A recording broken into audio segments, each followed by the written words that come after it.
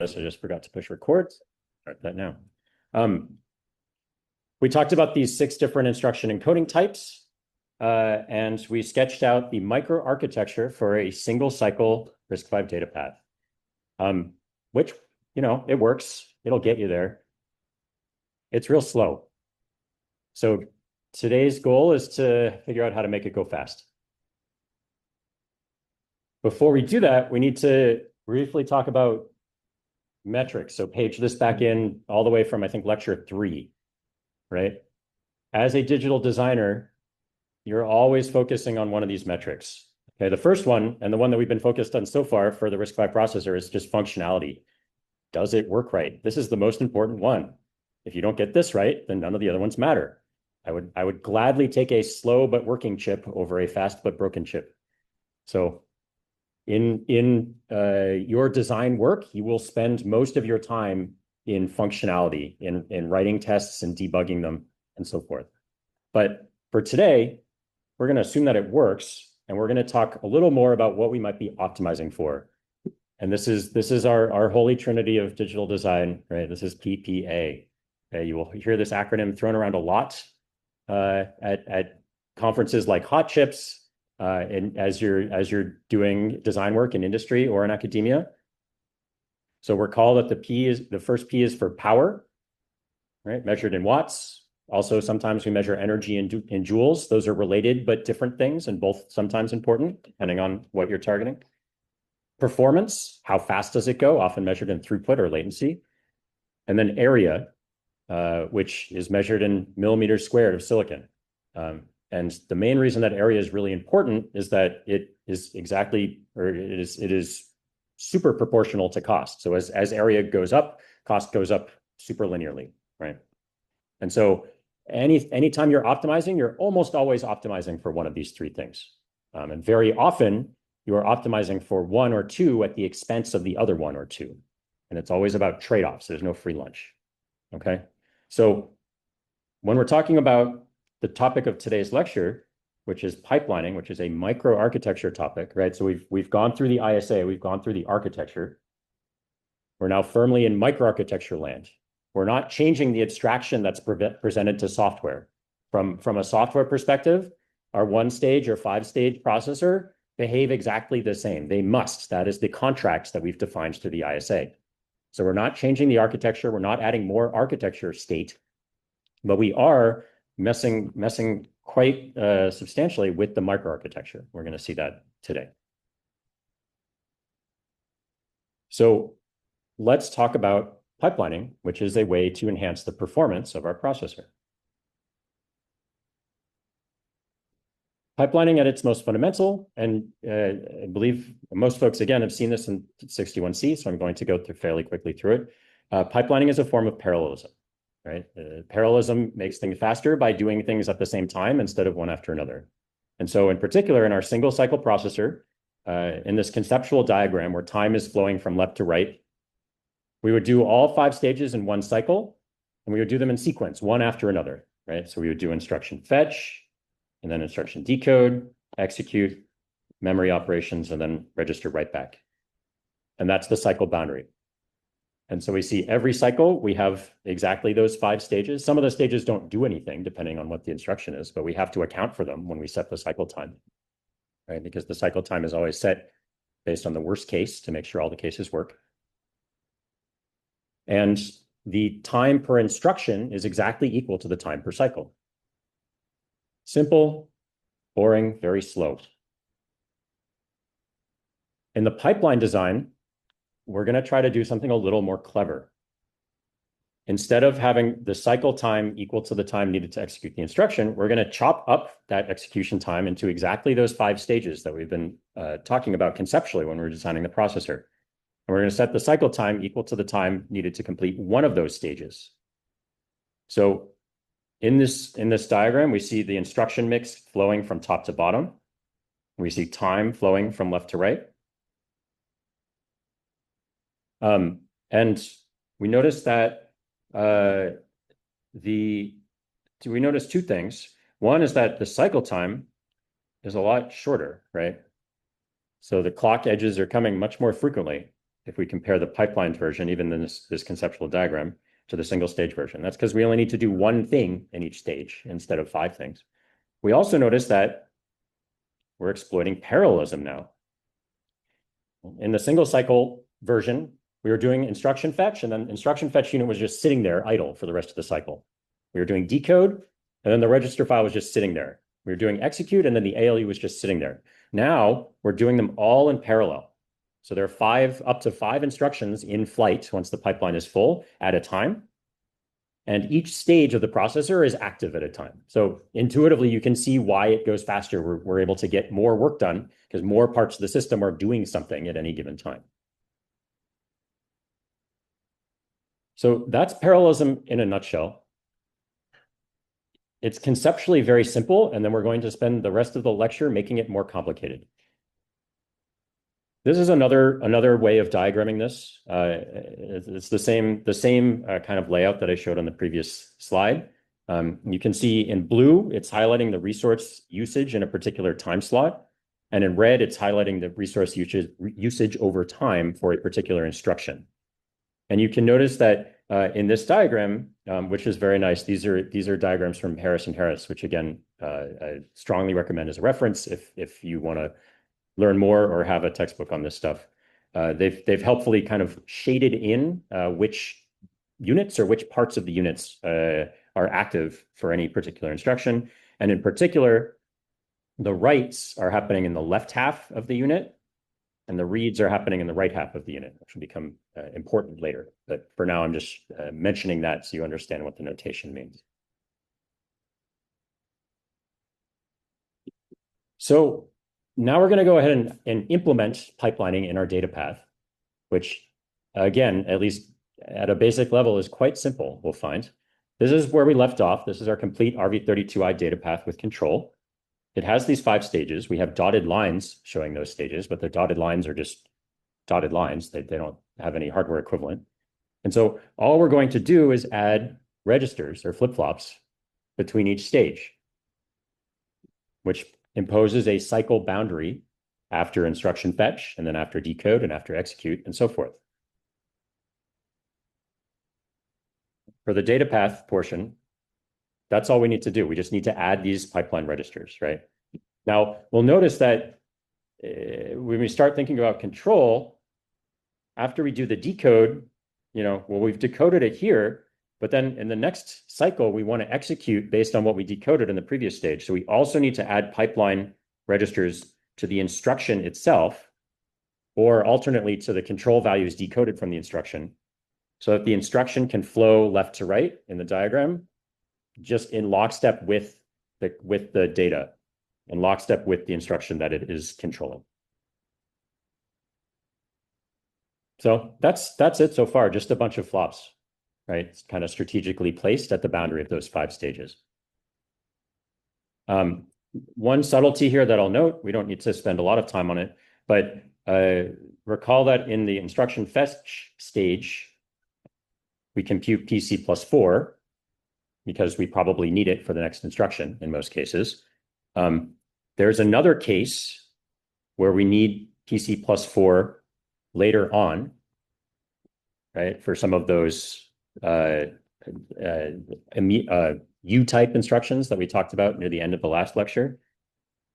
And so in this implementation, this is not the only way to do it, but in this implementation, it was decided that it's cheaper to recompute, just send the PC down the pipeline and recompute PC plus 4 by adding a second sort of redundant adder there, rather than adding additional registers to send both PC and PC plus 4 down the pipeline once they're computed at the front. So that's a sort of design trade-off or design subtlety. Registers have cost, adders have cost. You can figure out through some analysis which one might have more cost. In this case, the designers figured that the registers would be more expensive, and so they just put in another arithmetic unit instead.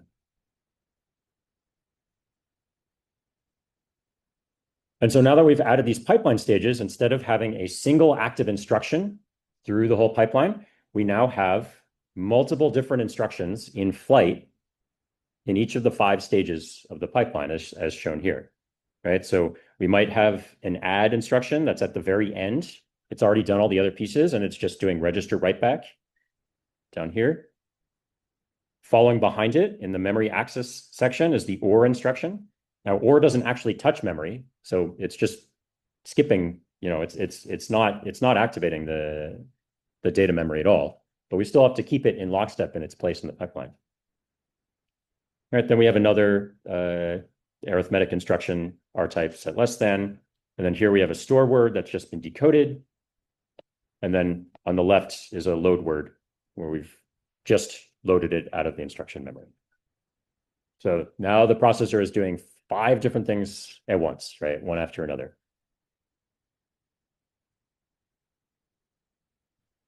So as I mentioned previously, you need to pipeline the control along with the data so that it flows in lockstep. And so you can see in this conceptual diagram here that you do the decode, the fetch and decode, you figure out what all the control bits are going to be, and then you kind of send them along for each stage, right? And each stage, you need to send fewer and fewer things to the next stage. So first we send everything. Then after execute, we no longer need to send the bits needed for execute. So we just send the memory and write back control bits. And then after the memory stage, we no longer need to send the bits needed for memory. And then finally, we're at write back and we're done. So you have this sort of cascaded pipeline of control bits advancing to the next stage. So that they're in lockstep with the instruction that they're controlling, and you get the right answer.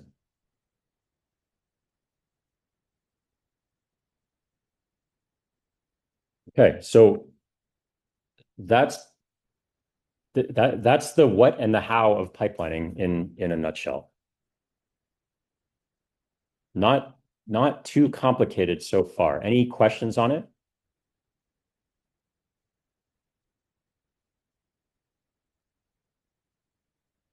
Okay, so let's start making it complicated. True or false, right? Pipelining is to make it go fast. So true or false, converting the single cycle RISC-V data path to a five-stage pipeline data path yields a 5x improvement in throughput or in performance. Spoiler alert, it's false. It does not. So the question is why? Okay, we're going to do a new flavor of activity to think about that. This one's called Think, Pair, Share. It is what it sounds like. So 2 stages. First phase is on your own, writing in your notes or notebook. And then I'll tell you when to move to the second phase, which is you can start talking to your neighbor. But for the first part, I do want you to try it on your own. So please, individually in your own notes, read this prompt and give it a try for a couple of minutes.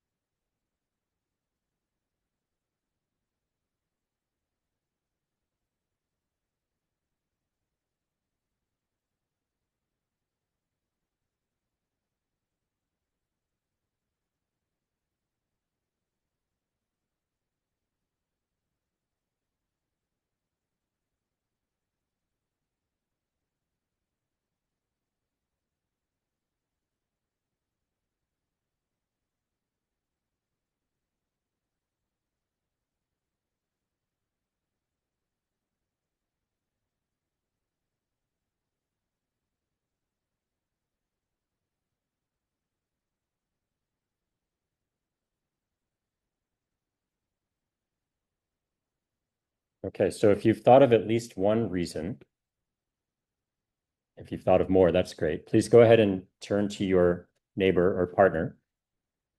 Everyone should have one. We chatted with them earlier, recall. Please turn to your partner and compare notes, see how many together that you were able to come up with. Go ahead and take 2 minutes.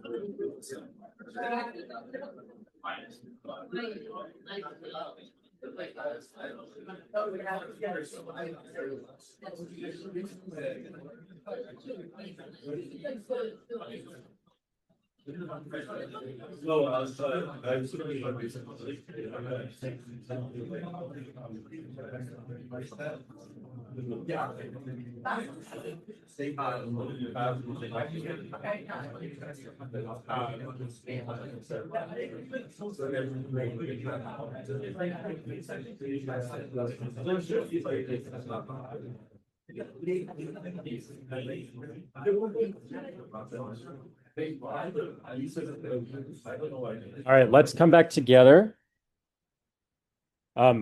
Raise your hand if you and your partner were able to think of at least one reason.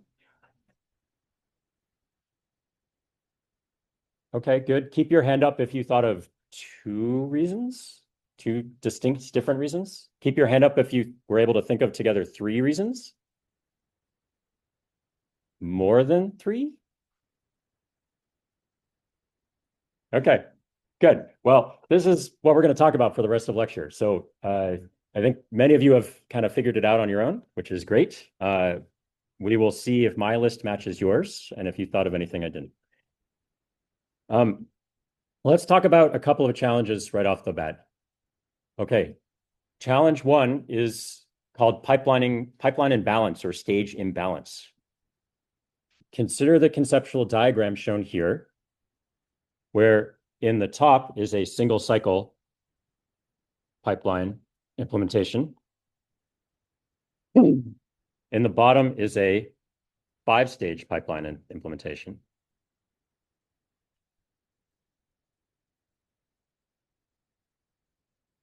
So we notice that in the single cycle version, you can kind of pack all the steps together in time, right? So it's no matter how long fetch takes, as soon as it's done, we can go on to decode, and then ALU, and then memory, and then register write. So this is how long it takes to do them all. In the pipeline case, well, now we can't advance to the next pipe stage until all 5 different things have finished. And so we need to act based on the worst case. So what, just from this sketch, what does it look like the worst case timing of the stages? Which stage?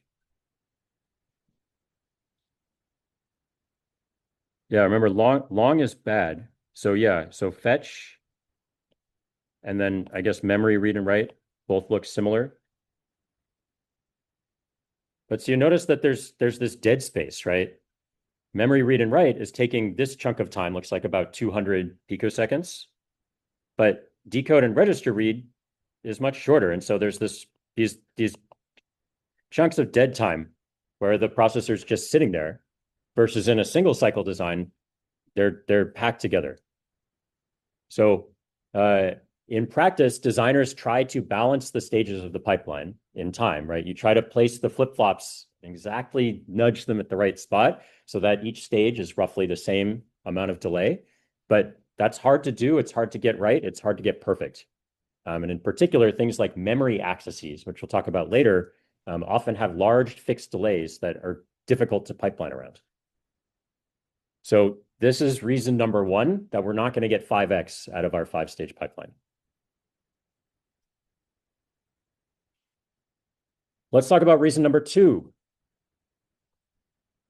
I said at the beginning, there's no such thing as a free lunch, right? Register overhead. So consider here, I've just grabbed out the instruction fetch stage, just as an example, right? So we had some delay to read from the PC, and then put that address into the instruction memory and read it out, right? So in our single cycle processor, that's the delay for the instruction fetch stage. Now I've gone ahead and added registers after that. That's not free. That's not free in area, that's not free in power, and it's not free in delay either. And so we've added some additional delay because of those registers. We're not you might be wondering, should I count the registers with this stage? Should I count them with the next stage?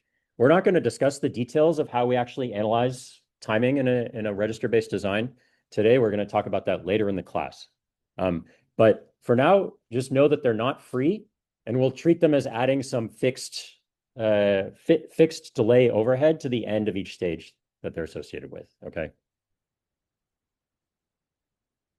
So those are two reasons right off the bat why we're not going to get 5x. Any questions about those two?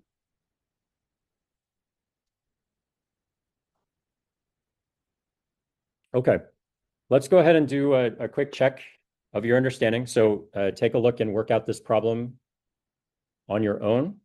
We're going to be using poll everywhere, but I need to display the problem on this slide, and then I'll display the answers in a moment, the multiple choice options.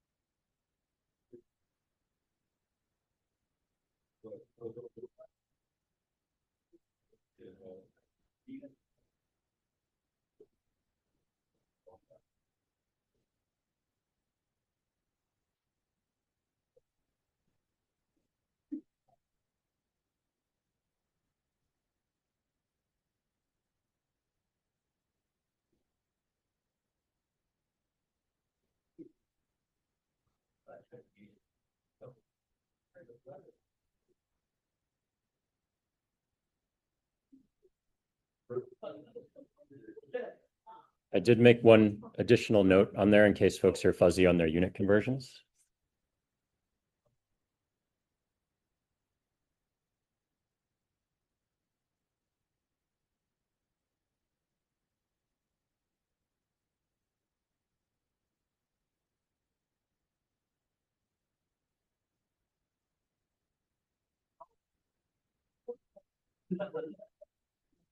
Okay, so I did go ahead and activate the poll. So if you have been able to calculate the improvement, please go ahead and vote.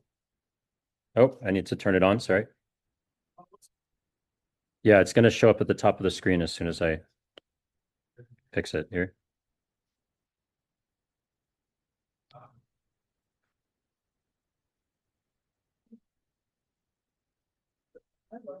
There we go.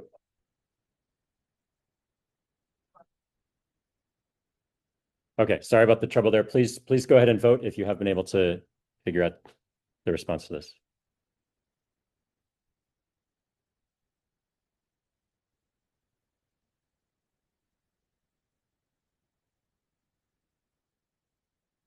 Oops.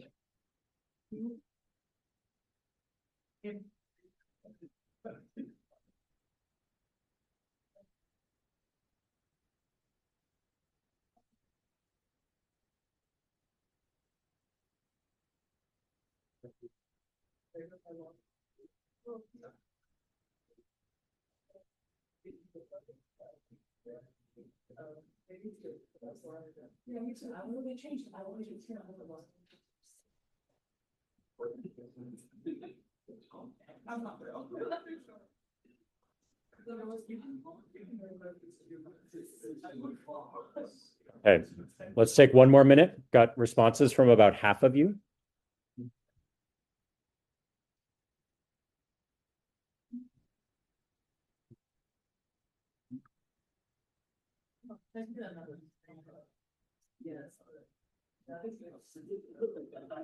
I don't want to do words.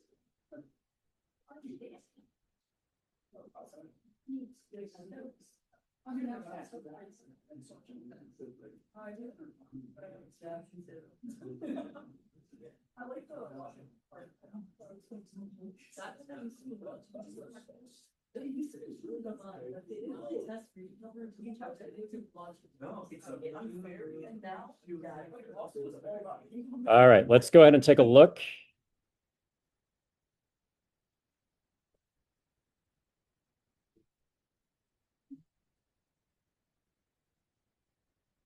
So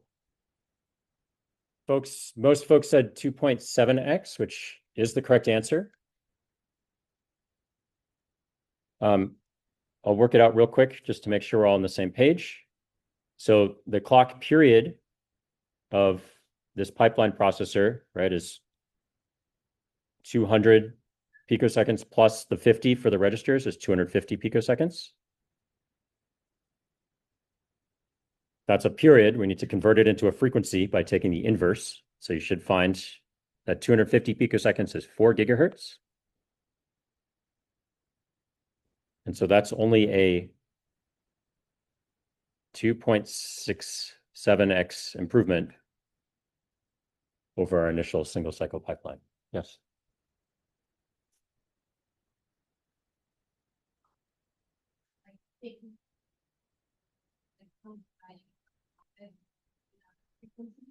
Yeah, good clarifying question. So I'll go back to the this diagram here. So single cycle means exactly what it says on the tin, that the clock cycle is happening after each instruction is executed. So there is still a clock in the single cycle processor. It's just firing once at the very start of fetch and then firing again at the very start of fetch for the next cycle. So you can, if you want, you can roughly read 1.5 gigahertz off of this diagram as the inverse of 670 picoseconds or whatever it is.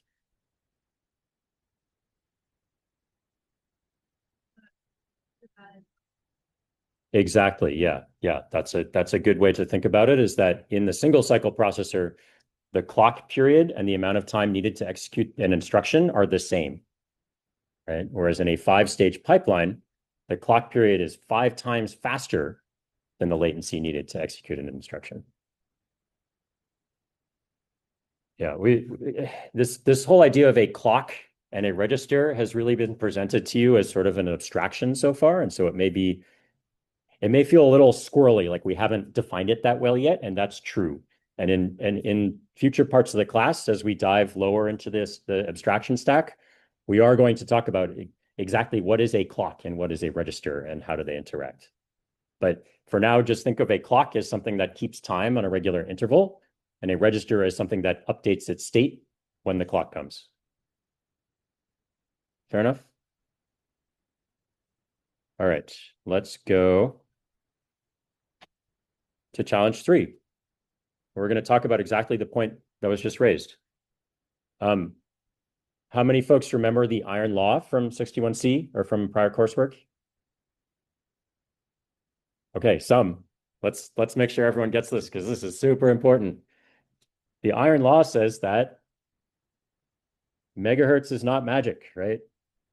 Frequency does not equal performance, because we need to reason about what we actually want the processor to do. Right? Our goal is to get it in the end to run some program. We want to know how long it's going to take to run that program. Frequency is not the only component in determining how long a program takes to run. This is a very popular interview question topic. Classic pitfall of CPU designers everywhere, particularly in the late 90s. Were you guys like born then, or I don't know. Anyway, when I was a kid, every year Intel would have more gigahertz, right? There was like 3 gigahertz, 4 gigahertz, 5 gigahertz. So maybe you wondered, well, why didn't that just keep going up? Why are we not at 10, 20, 30 gigahertz now? This is why. By the end of this lecture, I hope everyone has a very clear understanding of why that's the case. So there are 3 components to time per program, right? The number of instructions you need to execute in that program, the number of cycles it takes to execute each instruction, and the amount of time, wall clock time, measured in picoseconds or nanoseconds it takes to execute each cycle. You got to multiply them all together to get the time needed for the program. Now, instructions for a program, we're not going to really be messing with that too much today, although one could. So let's treat instructions per program as fixed for the purposes of today's class. Time per cycle is what we were just talking about with the frequency analysis. And so we know that pipelining wins here. We're getting something like a, 2.67x improvement in time per cycle. So that's a big win. What was the cycles per instruction for a single cycle processor? Yeah, exactly. It's exactly 1. What we're going to see in the remainder of lecture is that the cycles per instruction for a pipeline processor is sometimes greater than 1. It can sometimes now take us more than 1 cycle to complete an instruction.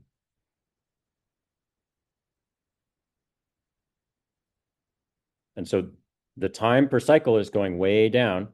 The cycles per instruction is going to go up a little bit. And it's going to hurt, or it's going to make it so that our time per program is not as good as it would be if we were just measuring it against frequency.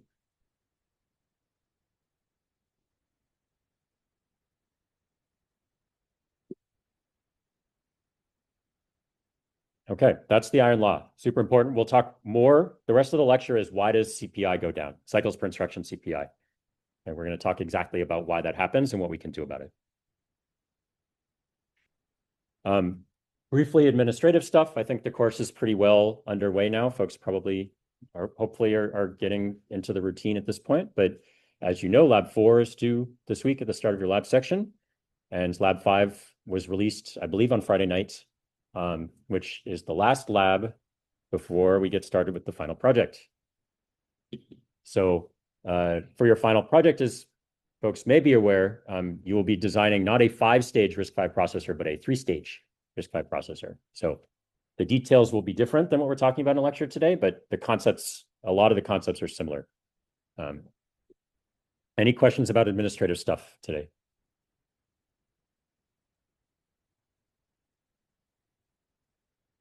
Okay, so let's start talking about this question of why do some instructions take more than 1 cycle? And the answer is a thing called hazards. We're going to talk about 3 different kinds of pipelining hazards today, but in broad terms, a hazard is just any situation that prevents the processor from starting the next instruction on the next clock cycle. So this can happen for a number of reasons. The first kind is a structural hazard, which is basically some required resource is busy. The second is a data hazard, which means that the instruction is waiting on from some data from a previous instruction that's not ready yet. And the third is a control hazard, which is saying that the flow of execution depends on something that happened in a previous instruction, and that hasn't been decided yet. Okay, that's the big 3. We're going to talk about each of those in more detail to make sure that it's clear what we mean by these and what we can do to mitigate them and get our CPI back down close to 1. Because in many cases, we can mitigate these compared to our initial design. So structural hazards, this is hazard 1. These are when 2 or more instructions in the pipeline need to use the same physical resource. So solution one, and a solution for hazards, and a possible solution for hazards is always stall or wait. Just wait until the hazard has resolved itself. It's safe, it's easy, but it slows you down even further, right? So when we don't like that solution, but it is always a solution that you can use. Another solution is to deconflict the access to the resource by adding hardware to the machine. We actually dealt with some hazards even when we were designing our single cycle pipeline. Folks will recall, for example, that when we added support for branch instructions, we already had this perfectly good ALU sitting there, but we went and added a second subtractor or comparator in the branch unit because we needed to both compute the address to branch 2 and compute the comparison about whether to branch or not in the same cycle, right? So we solved that just by adding more hardware. That was an example, it turns out, of resolving a structural hazard to allow us to launch a new instruction every cycle. And so I want to point out a couple of other cases where we've actually sort of implicitly or without knowing it resolved some structural hazards, or at least assumes that we resolved them. One is the register file, right?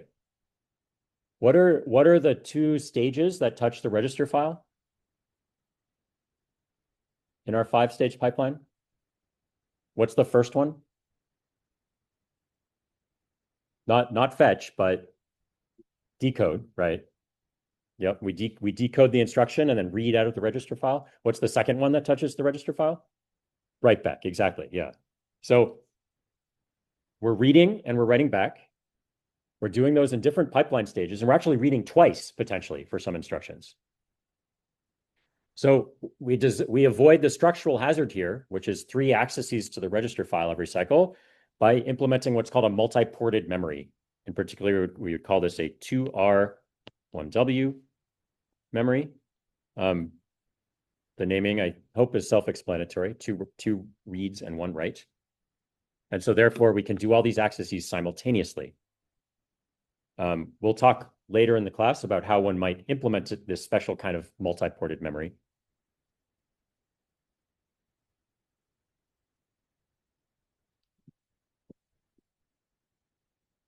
Another structural hazard that we hand-waved a little bit at the start of our processor design is memory accesses, right? So you'll notice that we, in a given pipeline stage, we may need to touch both the data memory and the instruction memory in the same cycle.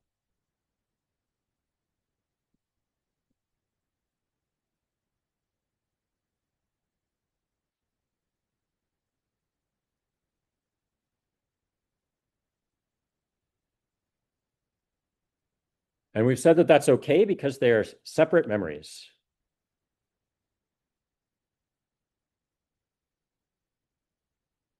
We have a separate data memory and instruction memory. So that's fine as far as it goes. In practice, RISC-V expects a unified memory address space where both the instructions and the data are all accessible in the same global address range. So we haven't talked about how you might build that, but you can imagine that that might introduce a little bit of complexity if you need to have one memory that you can both read and write to in the same cycle. There are different ways you can handle this. We're not going to talk about it right now. But just keep in mind that this is a structural hazard that we've worked around by ensuring that we have separate instruction and data memories in our pipeline.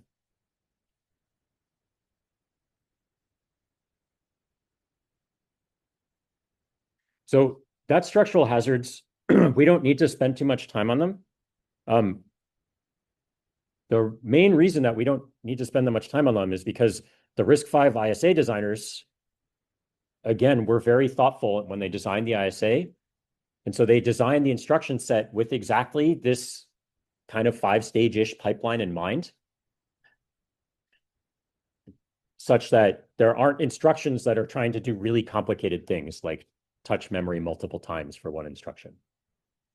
So almost as a byproduct of the fact that we're designing for the RISC-V ISA, which was very nicely designed, we don't need to worry too much about structural hazards in this class.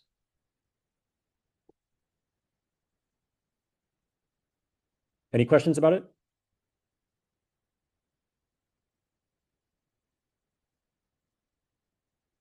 Okay, we're at halfway. Time for a break.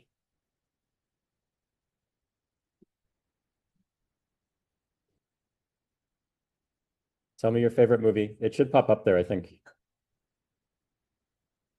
Oh no, I need to unlock it. I'm sorry. Okay, go ahead.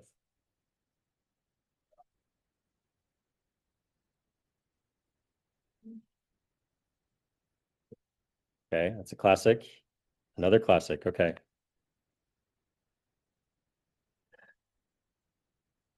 Titanic. Interesting.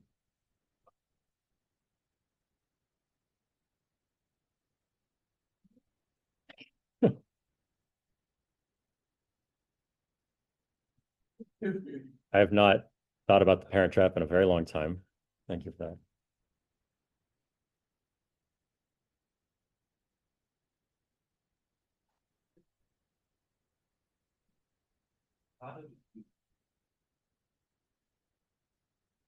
Okay, Christopher Nolan fans in the audience, I guess. More Ratatouille. Wow, people really like Ratatouille. Cool.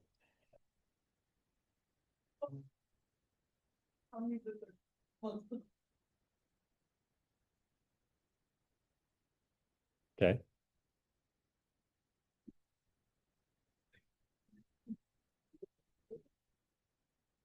I think Ratatouille is winning currently.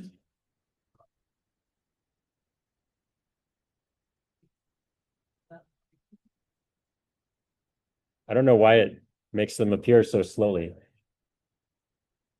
Oh, I'm sorry. You guys aren't even seeing anything. Why is that?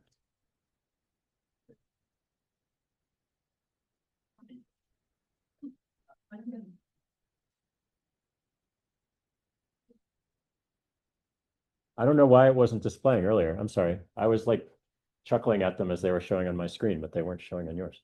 Here they come.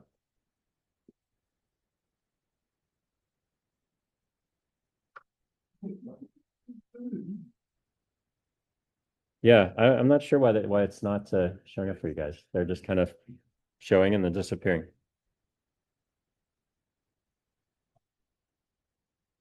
Okay, well, people like really like Ratatouille, I guess is the top level summary.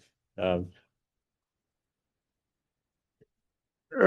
I'll post the results on Ed after lecture in case people are curious because the display is not working. Okay. Hopefully folks are slightly de-stressed, ready to move on to part 2 of the lecture.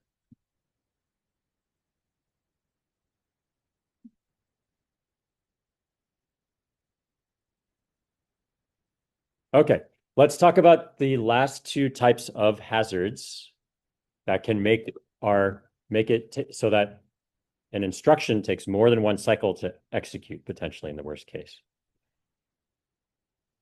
What we're going to talk about next is called a data hazard. A data hazard, recall, is what we said earlier, is that an instruction needs to access some data that's generated by a previous instruction, but it's not ready yet. So here's a data hazard.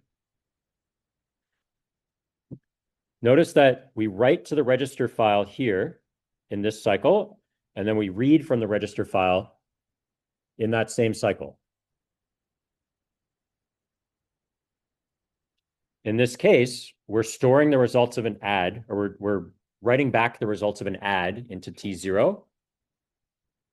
And then that T0 is needed by this the store word instruction. My pencil has stopped working, unfortunately. Let me see if I can. Oh, there it goes. Okay, sorry about that. So we're writing back T0 into the register file, and then we need to read it that same cycle in order to perform the store word instruction. So does the register file do the correct thing? Does it use the value of T0 that it just got earlier that cycle? Well, the answer is it depends. For now, for the purposes of our microarchitectural diagram, we will assume that the register file is carefully designed in such a way that if you write to an address and then that same cycle read from an address, you'll get the value that was just written that same cycle. And in particular, we can design these high-speed register files that enable that. But depending on your design decisions or other constraints, that might not always be possible. So this is one form of data hazard is access to the register file in the same cycle. But not so scary yet. We're assuming that our register file designers are very smart and clever and that they figured this one out. Here's a little bit of a scarier one. Let's think about this case now, where S0 is being used by each of the 4 subsequent instructions. So in particular, let's sketch out what the value of S0 is in the register file. Let's say at the very start, it has a value of 5. Yeah, I don't know. My pen is acting up. So I may just have to talk through this one. Sorry, guys.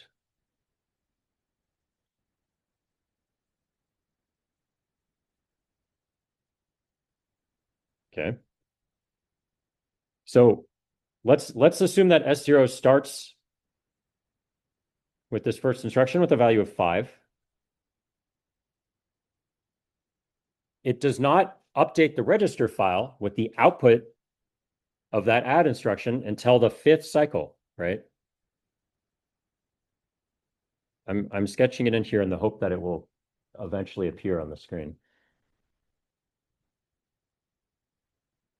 Sorry, let me try closing this and then reopening PowerPoint.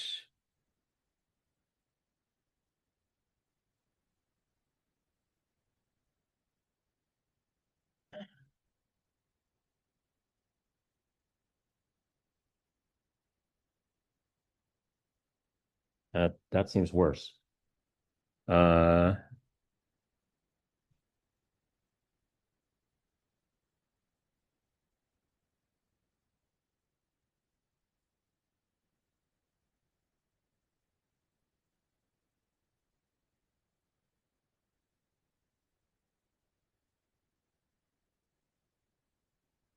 Well, this is unfortunate. Sorry, folks.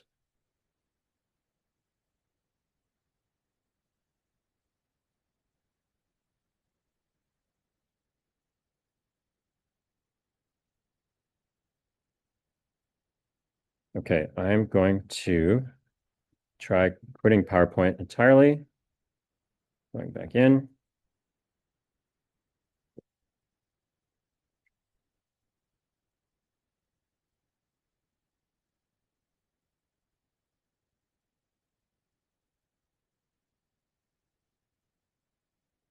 Fingers crossed.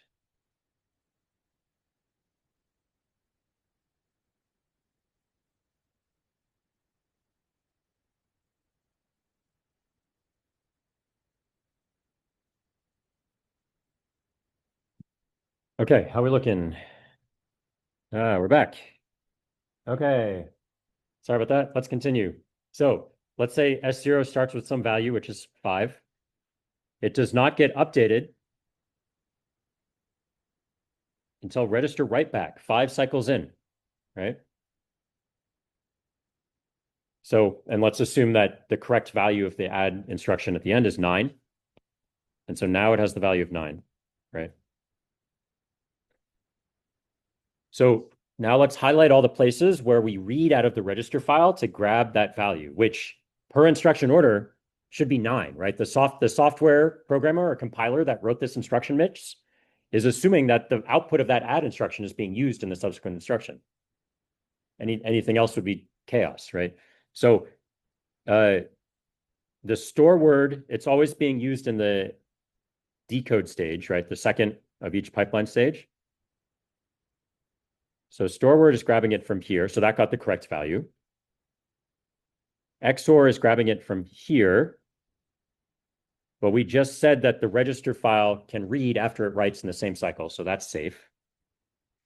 But what about these other two? The OR instruction needs it from here, and the subtract instruction needs it from here. And if it just reads out of the register file at that point, it will not yet have been updated with the value from the add instruction. So we need to somehow have this value of 9 travel back in time so that it can correctly feed the two instructions that depend on it. Without some fix, sub and OR will calculate the wrong result. It won't match what the ISA mandates that it calculate, which is that it must provide the facade of executing the instructions one after another in instruction order, right? So that's our data hazard. Solution one, I said we can always stall, right? So we can insert 2 bubbles into the pipeline. Bubbles just means it's not doing anything. It's waiting until the hazard clears. And so in this case, we insert 2 bubbles to let the pipeline march along until we've gotten to the write back stage, and then we can read from the register file in that cycle. These bubbles are exactly the same. In fact, they're often implemented as the NOP instruction that we looked at a couple lectures ago. So again, that can fix it. It's not desirable. It reduces performance. It increases our cycles per instruction, right? Because we have to wait. You could also, instead of fixing it in hardware, you could try to have a very clever compiler that's inserting NOPs in just the right places to avoid those stalls. That's even more undesirable, right? Because then you're breaking this abstraction between the architecture and the microarchitecture.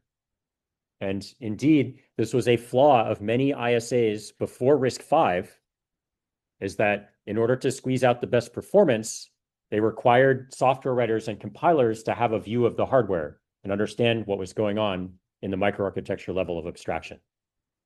So that's very undesirable. We want to avoid that. Let's come up with a better solution. It's called forwarding.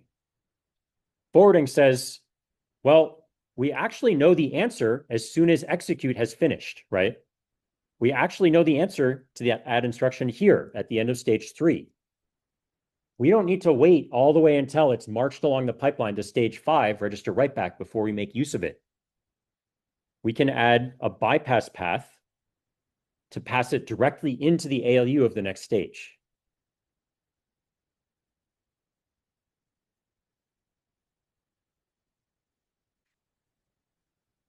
And so in particular, to forward this instruction, right, we're going to grab the data early once it's been computed in the ALU, and we're going to pass it into the ALU of the relevant stage. Of course, we don't want to do this all the time. We only want to do it sometimes. And when we want to choose between doing things, we need a mux. So this is yet another case of just a few more muxes to implement this forwarding logic in order to avoid stalling the pipeline. So how are we going to set the control bits of that forwarding logic mux?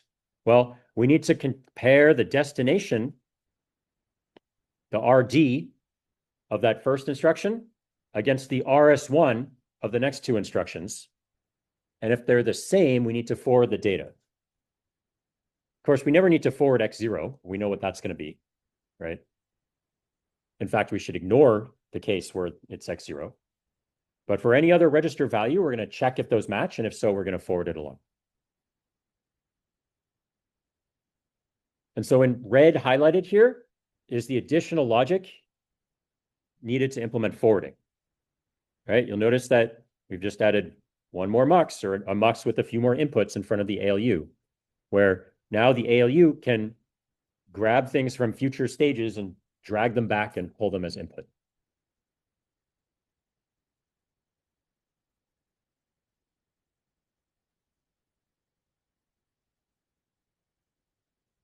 Okay, any questions about data hazards and stalling and forwarding?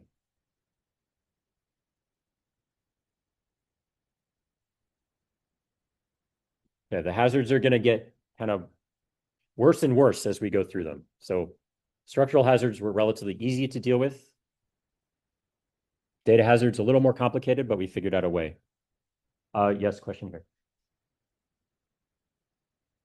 Yeah, good question. So in this diagram, it's the responsibility of the forwarding logic to decide. On the previous slide, we noted that we want to use this bypass path if the RD of instruction N matches the RS1 of instruction N plus 1, right? If that's the case, we know that if this instruction were to execute right away, it would be doing it with the wrong answer. And so we need to use the bypass value instead. We're just showing one example of a forwarding path here. There are other examples that we're not going to go over in today's lecture, but one would absolutely need to think through all those cases and implement to make sure that your pipeline gets the right answer.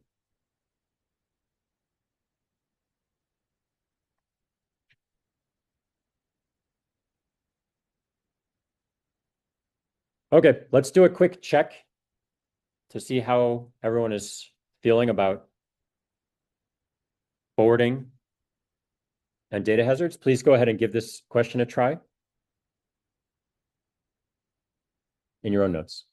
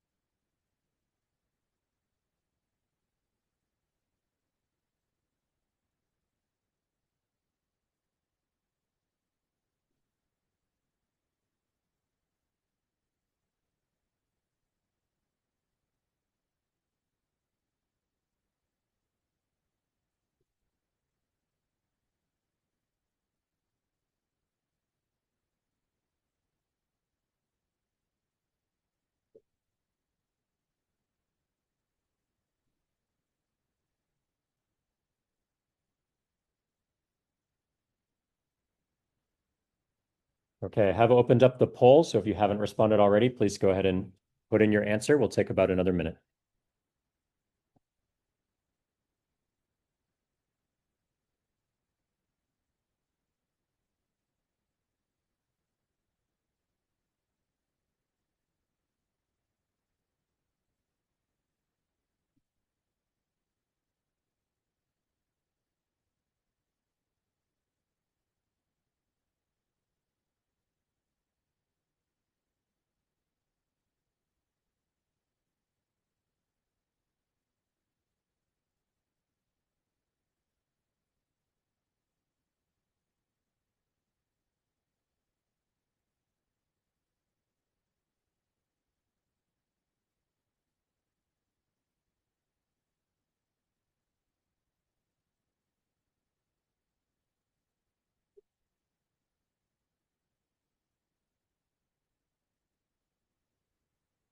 All right, let's take a look here.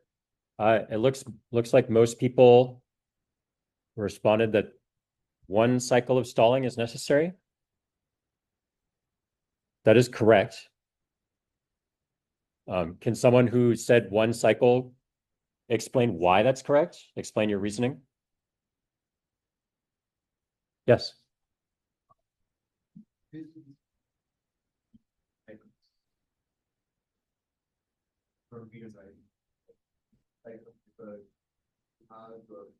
Execute the compute speed or operational cycles time to write that.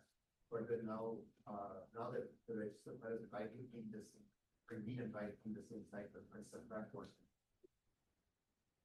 Yeah. So let's look at the specific case to apply that. So what is the register that is the one that's important here? What is the register address?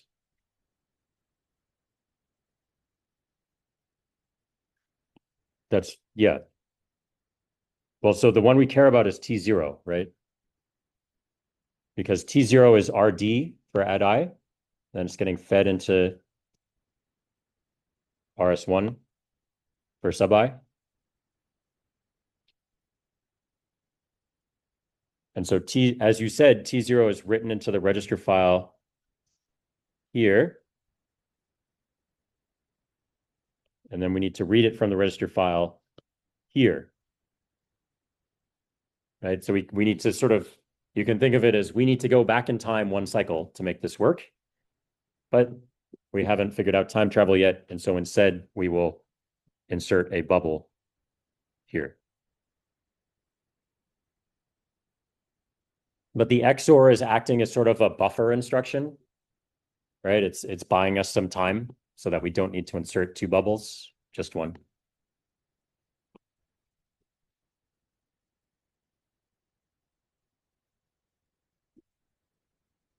Okay. Let's talk about the last hazard type, which is the nastiest one. These are control hazards.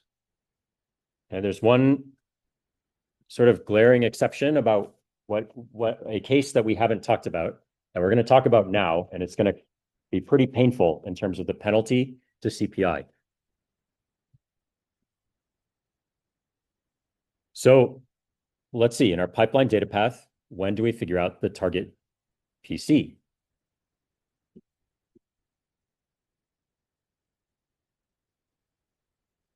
Let's think about in particular the case of branches. Right? Let's say I have a branch instruction. I don't calculate whether to branch until pretty far down the pipeline, right? And so even as I've decoded that branch instruction, I'm in the decode stage of branch. I'm starting to do the next instruction in the sequence, which is subtract. Then I'm starting to do the next instruction in the sequence, which in this case is OR. And then I'm starting to do an XOR. And then I figure out, oh, oops, the branch told me that I should have been jumping to somewhere else 3 instructions ago. Right? We don't update the PC until the 4th stage of the pipeline, at best. Right? After the ALU has calculated whether or not to take the branch, after the branch unit has calculated, the branch comparator unit has calculated whether or not to take the branch. So this is a control hazard because it turns out that we were executing the wrong instructions the whole time in this sequence. Branch said, oh, actually, you should have branched to label and been executing those.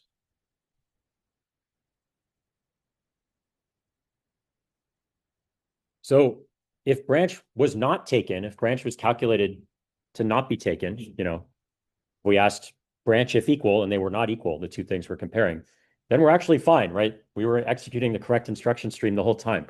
But if the branch or jump is taken, then we need to pretend that we never did those 3 instructions in the middle. We do what's called a pipeline flush, which is what it sounds like. We throw everything out that was in those stages of the pipeline. And then we start executing where we were supposed to be. So let's see what this looks like. All right, I do my branch. I have 3 instructions that follow that. But then I figured out, oh, oops, I was supposed to take that branch. Well, again, the RISC-V ISA designers were pretty clever. You'll notice that we don't actually update any architectural state until the last 2 stages of the pipeline, when we potentially do a data memory write, or we potentially do a register write back.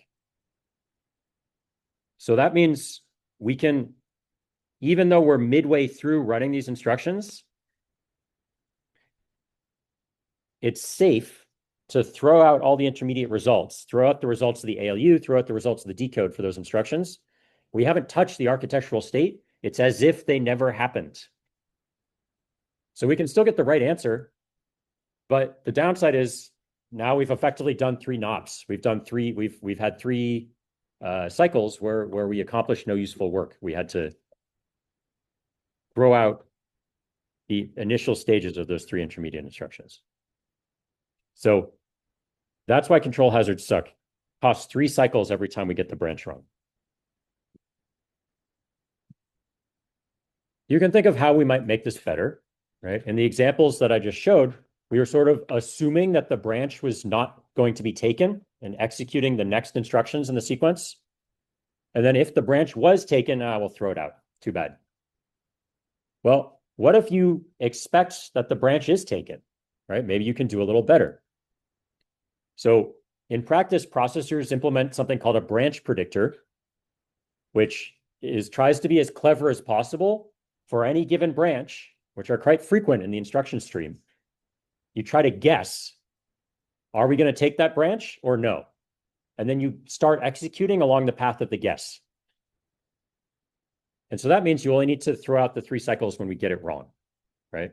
We only flush the pipeline if the branch prediction was incorrect. So here's an example of branch prediction. Branch, we have this branch equal instruction, and then we assume, or we guess, that we are going to take that branch. And so rather than executing the next instruction in the sequence, we jump to the label. And then after 3 cycles, we can check whether our guess was correct. And if we've designed a good branch predictor, most of the time we will be correct. And so then we can just check and keep going. In the rare cases where we're not correct, then we need to do what we just said of throwing out these 3 instructions and starting again. Yeah.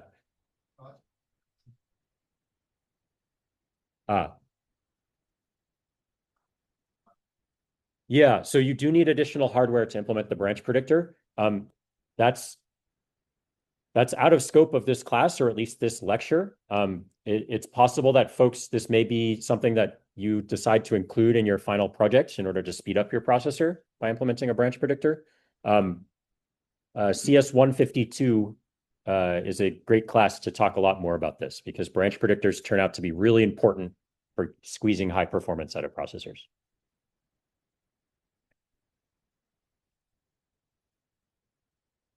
Okay, so we said at the beginning, hazards hurt our CPI, right? We talked about 3 types of hazards. Structural hazards we handled with extra resources. Data hazards we were able to handle for all the cases we looked at with forwarding, so we have no stalls there. However, branches, we can't get around it. So let's assume that, and you'll notice here that how fast our processor goes now depends on what instructions we're executing, right? And whether or not we're taking branches. So it even depends on what data we're executing, not just the instructions themselves. So that's interesting. That means you can't just give a universal statistic for how fast a processor is. You need some sort of agreed upon benchmark code that you want to run, right? Frequency megahertz, that's ground truth, right? That doesn't depend on the workload. But time per program, that does depend on the workload, and CPI does depend on the workload. So let's think about how we would calculate CPI in this case. If the instruction mix is 10% branches, and we incorrectly predict 20% of them, so we correctly predict 80% of them, well, we need to do, I'll just shorthand it here as a weighted average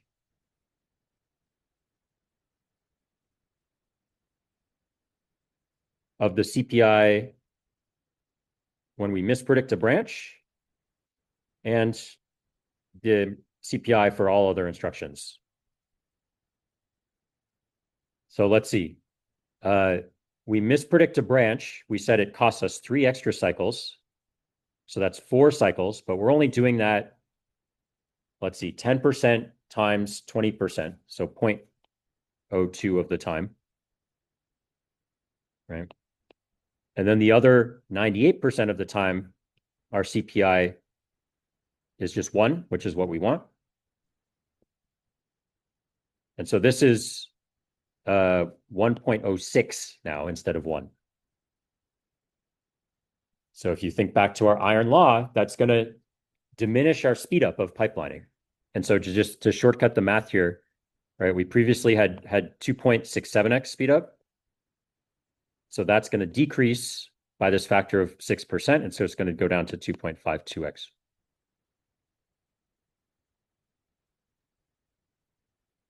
So relatively minor penalty in this case, but it does hurt our overall throughput, our overall performance.